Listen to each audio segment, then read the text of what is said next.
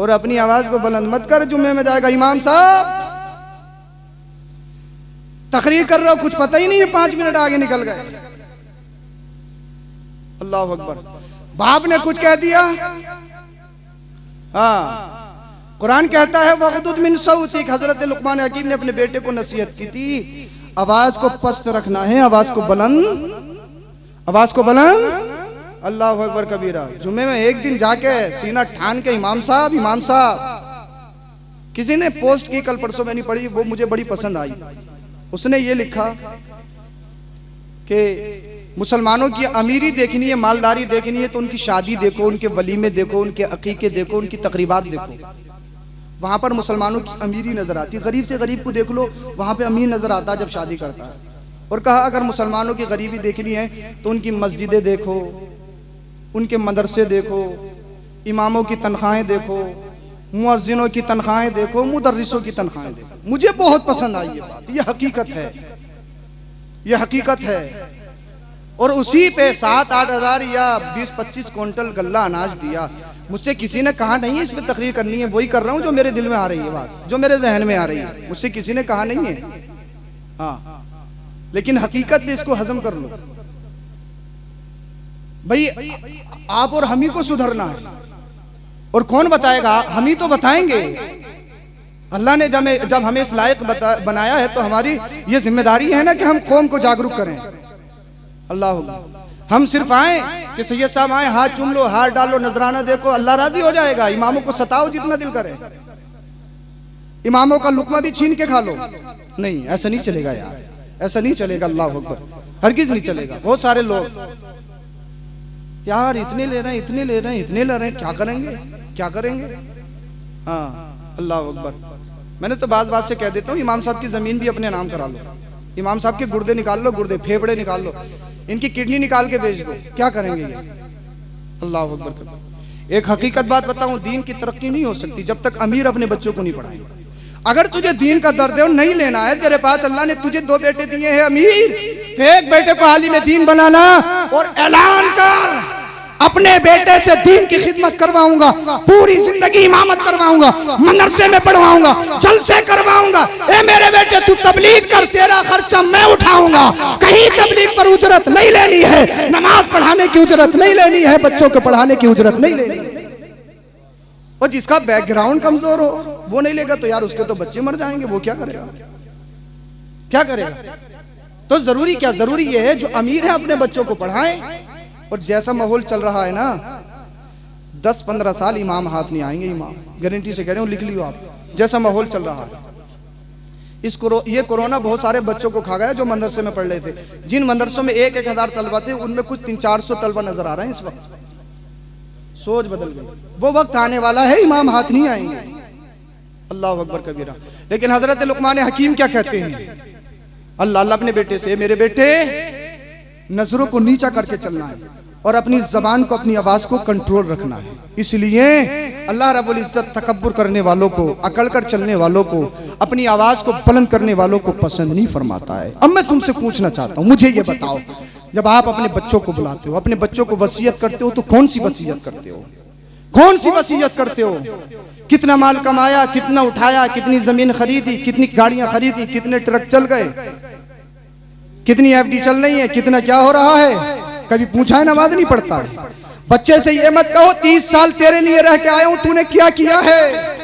बच्चे से ये मत कहो कि मैंने सूरज पूरी दोपहरी में अपने सर पे सवार करके तेरे लिए फावड़ा चलाया है, तूने क्या किया है। बच्चे से ये कहो, ये मत पूछो कि तूने कितना कमाया है, कितनी जमीन बेची है। बच्चे से ये कहो, तेरे लिए मैं 30 साल सऊदी रहा, 30 साल मैंने अपने घर को छोड़ा, अपने वतन को छोड़ा, अपने सुकून को छोड़ा। ये बता, तू 30 साल में आशिक रसूल बना है या नहीं बना है? तू अल्लाह वाला बना है या नहीं बना है? अल्लाह से डरने वाला बना है या नहीं बना? नमाजी बना है या नहीं बना? तेरे चेहरे पे दाढ़ी है या नहीं है? लेकिन दाढ़ी का मसला आ गया। अगर कोई जुम्मे में बच्चा अगर चला जाए ना, दाढ़ी की नियत करके इमाम साहब खड़ा कर लें कि भाई दाढ़ी रखनी, जुम्मे में खड़ा कर दें, वो नियत कर ले और घर पे जाके बताए कि मैंने दाढ़ी की नियत कर ली। अम्मा कहती है, हे मेरे बेटे, कोई तेरी उम्र है दाढ़ी रखने की? तेरी कोई उम्र है दाढ़ी रखने की? अल्लाह अल्लाह। बाप भी कहता है तेरी उम्र ही कितनी है दाढ़ी रखने की। मैं कहता हूँ अपनी अम्मा से लिखवा तो ले, दाढ़ी रखने की कितनी उम्र होती है। अपने अब्बा से एक बार स्टाम्प तो करा ले कि दाढ़ी रखने की कितनी उम्र होती है। अल्लाह अकबर कबीरा। मुझे बताइए आप क्या उम्र होती है दाढ़ी रखने की। वो अपने शहजादे पे बड़ा फख्र कर रही है। अभी तो क्या, अभी तो 18-20 साल का, इसकी उम्र ही कितनी है। कितने 18-20 साल के नौजवान इस दुनिया को अलविदा कह गए, धागे मुफारकत दे गए, एक्सीडेंट में चले गए, हादसात के शिकार हो गए। कितने नौजवान हट्टा कट्टा कितने हादसात में मारे गए, मर गए। मुझे बताओ दाढ़ी रखने की, नमाज पढ़ने की, दीनदार बनने की, आलिम बनने की कोई उम्र होती है? कोई उम्र नहीं होती है। आज है, सुबह को मत सोच सुबह उठूंगा, सुबह उठूंगा, कल को मत देख के कल मेरा होगा, परसों को मत देख 2022 लगी है तो ये तक मत मान 2023 भी लगेगी। अरे अल्लाह अल्लाह, हमने ऐसे लोगों को भी देखा है जो अपने मकानों पे करोड़ों करोड़ों रुपए खर्च करते हैं। अपने मकान में रहूंगा, एसी भी लगाई, बेड भी लगाया, बड़ा बेहतरीन पत्थर ग्रेनेड का लगाया, अल्लाह अल्लाह की तरह तरह की फैसिलिटी अपने घर में की, विदेशी फैसिलिटी अपने घर में लाए। लेकिन जब मकान तैयार होने को आया, अल्लाह अल्लाह, अभी मकान में शिफ्ट नहीं हुआ था, अल्लाह की जानिब से फरिश्ता आ गया, तूने मकान तो बना लिया है, इस मकान में अब तू नहीं रहेगा, इसलिए अब तेरे मौत का वक्त करीब आ गया है, अब तुझे इस दुनिया को छोड़ना है। मुझे बताओ अब तुम कहो फरिश्ते से, अरे कम से कम 8 दिन तो रहने दे, कम से कम 2022 तो काटने दे, 1 महीना तो रहने दे। अल्लाह अल्लाह, मैंने इतना पैसा लगाया है, करोड़ों रुपए लगाए हैं, लोगों का कर्ज भी है वो भी देना है, लोगों का ये है वो भी देना है, हमारा भी है वो भी लेना है। मुझे बताओ तुम्हें फरिश्ता छोड़ के चला जाएगा क्या? मौत छोड़ के चली जाएगी क्या? मौत छोड़ेगी?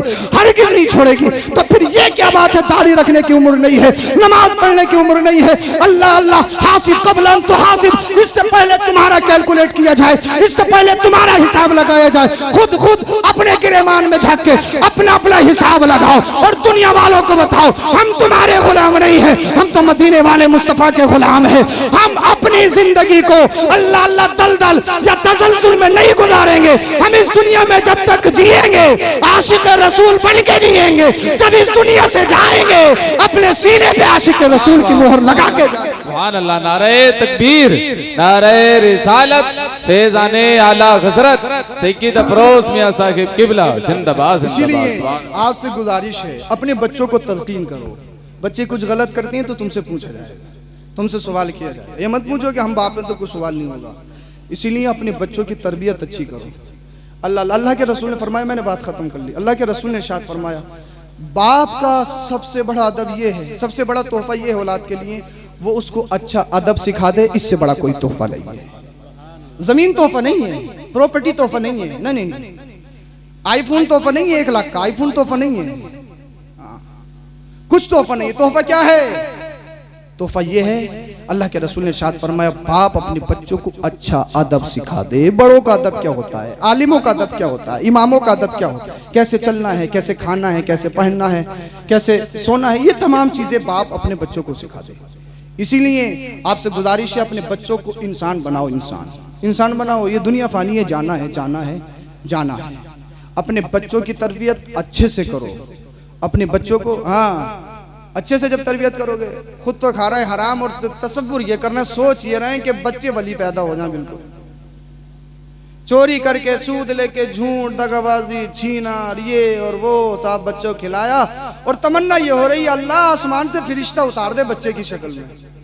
मुझे बताइए आप, नहीं ऐसा नहीं चलेगा, हर किसी नहीं चलेगा। गौसे आजम हर घर में पैदा नहीं होते हैं। गौसे आजम तभी पैदा होते हैं जब बाप पाकीज़ा हो, माँ पाकीज़ा हो। जब पाकीज़ा बदनों का तन का मिलन होता है तब बगदाद में गौसे आजम का जन्म होता है। इसलिए खुद अच्छे बन जाओ। अगर माएँ अच्छी हो गई ना, आधा मुआशरा तो खुद ब खुद ठीक हो जाएगा, अगर बाप अच्छे हो गए। इसीलिए पहले के बाप अच्छा खाते थे, कौम को अच्छी औलादे देते थे, कौम को अच्छे रहनुमा देते थे। हम बुरा खा रहे हैं, बुरा कर रहे हैं, इसीलिए कौम को इंसान नहीं बल्कि शैतान दे रहे हैं। कौम को चोर, डकैत, झूठे, दगाबाज, फरेबकार दे रहे हैं। अल्लाह अल्लाह, इसीलिए अच्छा करो, खुद अच्छे बन जाओ और इस कौम को नमाजी दो, मुत्तकी दो, परहेजगार दो, अल्लाह से डरने वाले दो। अल्लाह की बारगाह में दुआ है मौला हम सबों को माफ़ फरमाए। कलमा शरीफ पढ़िए, ला इलाहा इल्लल्लाहु मुहम्मदुर रसूलुल्लाह, अस्तगफिरुल्लाह अल-अज़ीम व मा अलैना इल्लल बलाग।